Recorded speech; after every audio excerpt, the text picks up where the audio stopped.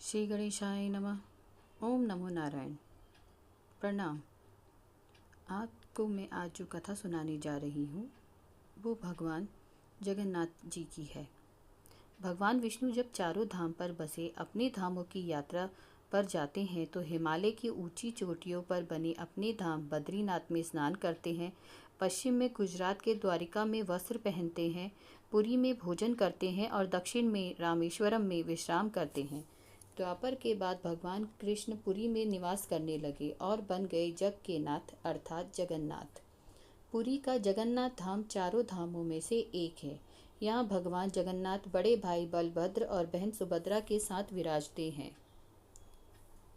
हिंदुओं की प्राचीन और पवित्र 7 नगरियों में पुरी उड़ीसा राज्य के समुद्री तट पर बसा है। जगन्नाथ मंदिर विष्णु के 8वें अवतार श्री कृष्ण को समर्पित है। भारत के पूर्व में बंगाल की खाड़ी के पूर्वी छोर पर बसी पवित्र नगरी पुरी उड़ीसा की राजधानी भुवनेश्वर से थोड़ी दूरी पर है। आज का उड़ीसा प्राचीन काल में उत्कल प्रदेश के नाम से जाना जाता था। पुराणों में इसे धरती का बैकुंठ कहा गया है। यह भगवान विष्णु के 4 धामों में से एक है। इसे श्री क्षेत्र, श्री पुरुषोत्तम क्षेत्र, शाक क्षेत्र, नीलांचल, नीलगिरी और श्री जगन्नाथपुरी भी कहते हैं। यहाँ लक्ष्मीपति विष्णु ने तरह तरह की लीलाएं की थी। ब्रह्म और स्कंद पुराण के अनुसार यहाँ भगवान विष्णु पुरुषोत्तम नील माधव के रूप में अवतरित हुए और सबर जनजाति के परम पूजनीय देवता बन गए।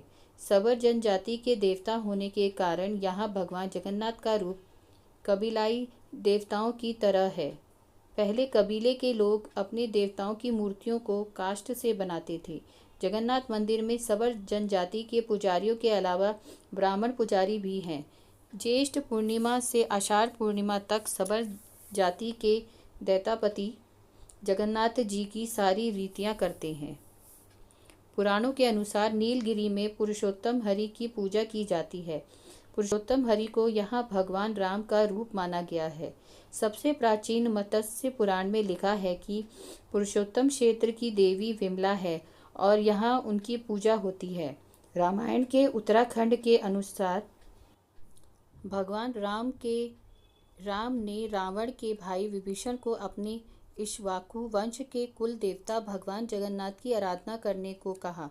आज भी पुरी के श्री मंदिर में विभीषण वंदापना की परंपरा कायम है। स्कंद पुराण में पुरी का धाम का भौगोलिक वर्णन मिलता है। स्कंद पुराण के अनुसार पुरी एक दक्षिणवर्ती शंख की तरह है और यह 5 कोस यानी 16 किलोमीटर क्षेत्र में फैला है। माना जाता है कि इसका लगभग 2 कोस क्षेत्र बंगाल की खाड़ी में डूब चुका है। इसका उदर है समुद्र की सुनहरी रेत जिसे महोदधि का पवित्र जल धोता रहता है। सिर वाला क्षेत्र पश्चिम दिशा में है जिसकी रक्षा महादेव करते हैं। शंख के दूसरे घेरे में शिव का दूसरा रूप ब्रह्म कपाल मोचन विराजमान है। माना जाता है कि भगवान ब्रह्मा का एक सिर महादेव की हथेली से चिपक गया था और वह यहीं आकर गिरा था। तभी से यहाँ पर महादेव की ब्रह्म रूप में पूजा करते हैं। शंख के तीसरे वृत्त में माँ विमला और नाभि स्थल में भगवान जगन्नाथ रथ सिंहासन पर विराजमान हैं। इस मंदिर का सबसे पहला प्रमाण महाभारत के वन पर्व में मिलता है। कहा जाता है कि सबसे पहले सबर आदिवासी विश्ववसु ने नील माधव के रूप में इनकी पूजा की थी। आज भी पुरी के मंदिरों में कई सेवक हैं जिन्हें दैतापति के नाम से जाना जाता है। राजा इंद्रद्युम्न मालवा के राजा थे जिनके पिता का नाम भारत और माता सुमति थी। राजा इंद्रद्युम्न को सपने में हुए थे जगन्नाथ जी के दर्शन। कई ग्रंथों में राजा और उसके यज्ञ के बारे में विस्तार से लिखा है। उन्होंने यहाँ कई विशाल यज्ञ किए और सरोवर बनवाए। एक रात भगवान विष्णु ने उनको सपने में दर्शन दिए और कहा, नीलांचल पर्वत की एक गुफा में मेरी एक मूर्ति है, उसे नील माधव कहते हैं। तुम एक मंदिर बनवाकर उसमें मेरी यह मूर्ति स्थापित कर दो। राजा ने अपने सेवकों को नीलांचल पर्वत की खोज में भेजा। उसमें से एक थे ब्राह्मण विद्यापति। विद्यापति जी ने सुन रखा था कि सबर कबीले के लोग नील माधव जी की पूजा करते हैं। उन्होंने अपने देवता की मूर्ति को नीलांचल पर्वत की गुफा में छुपा रखा है।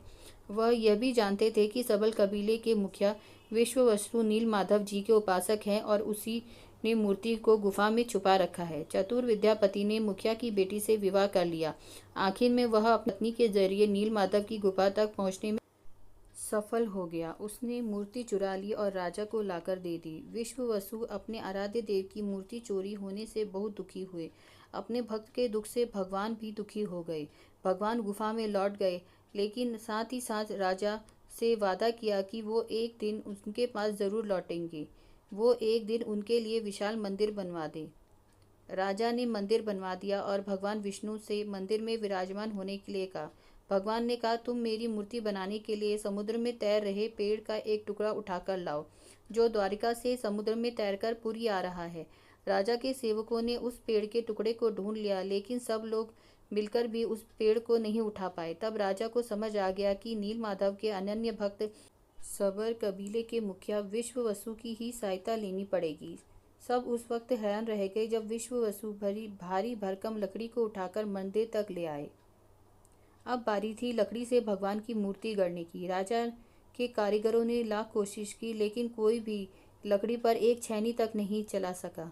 तब तीनों लोक के कुशल कारीगर भगवान विश्वकर्मा एक बूढ़े व्यक्ति का रूप धरकर आए। उन्होंने राजा से शर्त रखी कि वह नील माधव की मूर्ति बना सकते हैं, लेकिन साथ ही साथ उन्होंने कहा कि वे 21 दिन में मूर्ति बनाएंगे, पर अकेले बनाएंगे। कोई उन्हें मूर्ति बनाते हुए नहीं देखेगा और ना ही कोई उनके साथ में रहेगा। राजा ने उनकी शर्त मान ली। लोगों को आरी छेने हथौड़ी की आवाज़ें आती रही, परंतु कुछ दिन के बाद उनको आवाज़ आनी बंद हो गई। तो राजा की पत्नी गुंडीचा अपने को रोक नहीं पाई। वह दरवाजे के पास गई तो उसे कोई आवाज़ नहीं सुनाई दी। वह घबरा गई। उसको लगा कि बूढ़ा कारीगर कहीं भूख से मर ना गया हो। उसने राजा को यह सूचना दी, अंदर से कोई आवाज़ नहीं सुनाई दे रही है।